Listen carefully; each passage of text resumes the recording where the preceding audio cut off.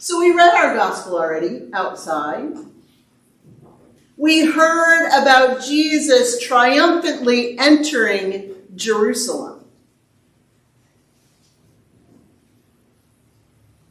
Interestingly, the Gospel of Luke, when it tells this story, says nothing about palms. It says they laid their cloaks on the donkey and on the road. But I figured that you would rather have palms to wave around than have to put your jackets on the ground under the donkey. Was I right? Yes. But think about it. What kind of king is this who rides in on a little tiny donkey? What kind of king is surrounded with followers who are talking about peace? What kind of king leads and teaches of love, of sacrificial love? What kind of king is this Jesus? Now, you know, when I've been getting ready for this weekend, what's really stuck out at me is this idea of peace. It says in the gospel that the multitude of disciples around Jesus say, "This is the King who comes in the name of the Lord, peace in heaven." Peace. What brings peace?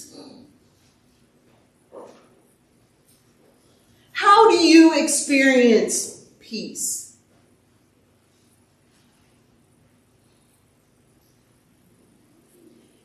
In Jesus' time,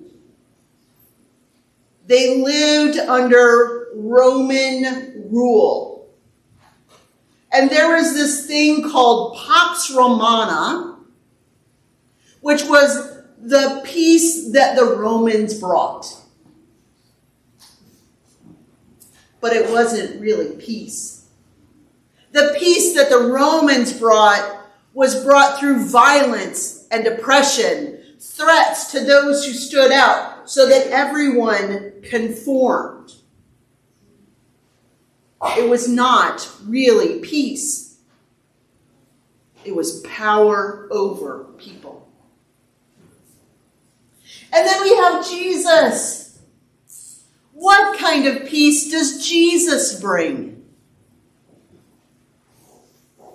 Jesus brings God's peace that is born out of love, out of sacrifice, out of caring for one's neighbor. That kind of peace is true peace. When all are at peace, that is peace. So we have Pilate, who is the Roman ruler coming into Jerusalem to make sure that during this celebration of the Passover, nothing gets out of line. And we have Jesus coming into Jerusalem, bringing with him this multitude of disciples who are shouting about peace. How do you think that played out? Two different versions of peace, all converging in the same place at the same time. And we hear at the end of the gospel that the Pharisees tell Jesus, "Tell your disciples to be quiet. Stop shouting about how you are the king that comes in the name of the Lord. Stop yelling about peace. Be quiet." And we don't really know why they say that. But Jesus responds that if the disciples were silenced, then even the stones would cry out. This kind of peace, this kind of truth is so powerful that even if people are silenced, the creation will cry out.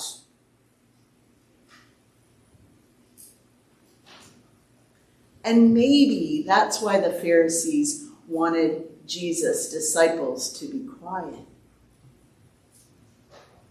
Because you see, the kind of peace that Jesus taught, that Jesus lived, that Jesus encouraged, was a threat to empire.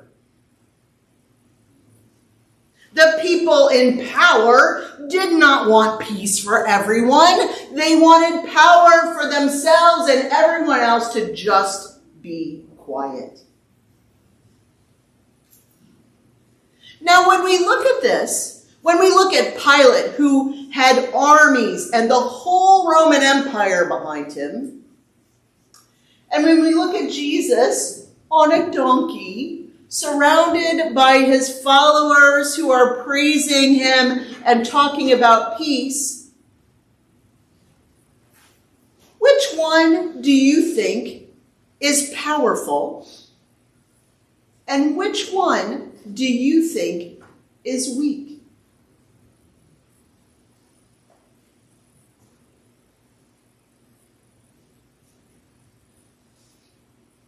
This Palm Sunday story is full of opposites. Because we might think or be told that the one who comes in with the army and with the whole Roman Empire at his back is the one who is powerful. And yet we know that the power of love that Jesus teaches and lives and brings to the people, sacrificial love, that is where the power is. And how do we know that? How do we know that Jesus is the one who is powerful and not Pilate? We know the rest of the story. We know the story does not end at this exciting entry into Jerusalem. We are entering into Holy Week, where we will journey with Jesus through these final days to the cross. And how did Jesus end up at the cross? Because empire and the people in power did not want peace for everyone. They did not like Jesus' teaching, and they put him to death to silence him. How did that work for them? Did that work? No, it did not work. It did not silence the power of love. We know the rest of the story, but I'm going to let you wait to hear the rest of the story as we take this journey over the next week. But we know right here today that we have heard the message of Jesus' love, of Jesus' sacrifice, so that we may live in peace.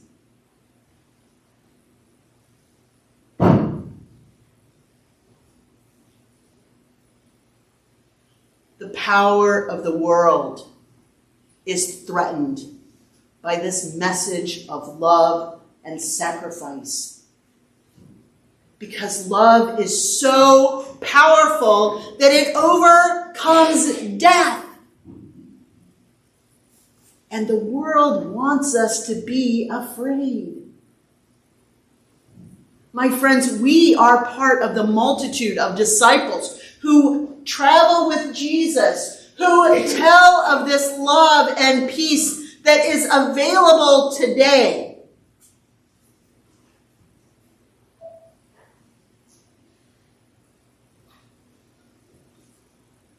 This Holy Week, I invite us to think about, what are we shouting to the world? What message are we carrying into the world? And do people want to shut us up today?